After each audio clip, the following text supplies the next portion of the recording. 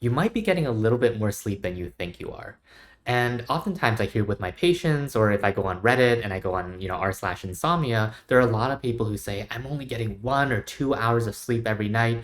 And while that's certainly possible, I want to invite the possible opportunity to say that maybe there's actually a little bit more sleep to be found in that sort of vast expanse of night that could be happening. Hi, if you're new here, my name is Dr. Parky. I'm a behavioral sleep medicine specialist. I did my postdoctoral fellowship at Stanford's Sleep Health and Insomnia program, and I'm also the author of the book The Insomnia Paradox, which talks about evidence-based strategies to be able to target your insomnia symptoms without the use of medication.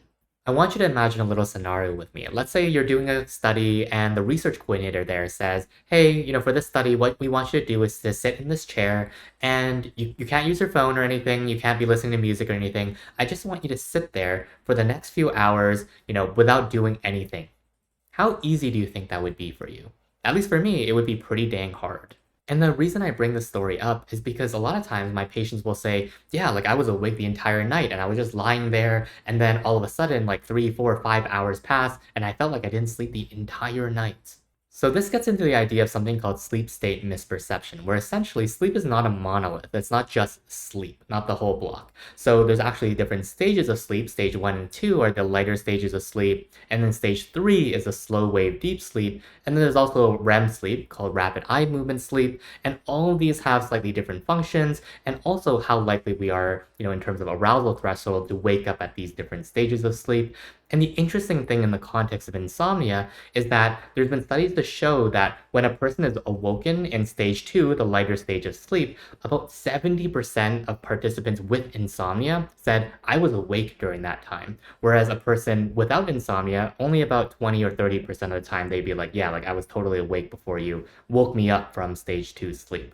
And the reason why I think this discrepancy occurs is because of the hyperarousal in people with insomnia. They're constantly in this fight or flight response where when our arousal levels are higher, we're more likely to encode things into memory, and then also our sleep in general becomes a little bit lighter. And what happens in the context of sleep state misperception is, let's say a person with insomnia wakes up at time A, they fall asleep for a couple hours, then wake up at time B, and then time C. Their brain remembers all of these awakenings, but it doesn't remember what happened in between these awakenings. So it interprets and says, well, I was awake at time 1, time 2, time 3. I must have been awake the entire time. It almost like spreads everything together to kind of make it all make sense.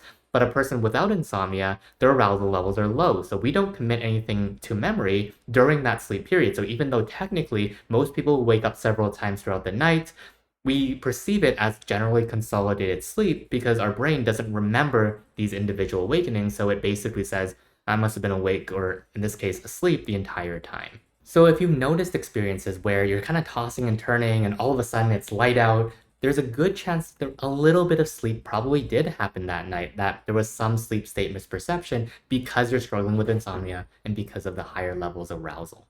And of course, in other videos, we'll start to learn how to reduce our arousal systems to improve our sleep drive so that you don't have to question whether or not you were asleep in this weird twilight zone of sleep or wake, and you'll be certain about it. Otherwise, thanks for watching for now, and I'll see you in the next one. Bye-bye.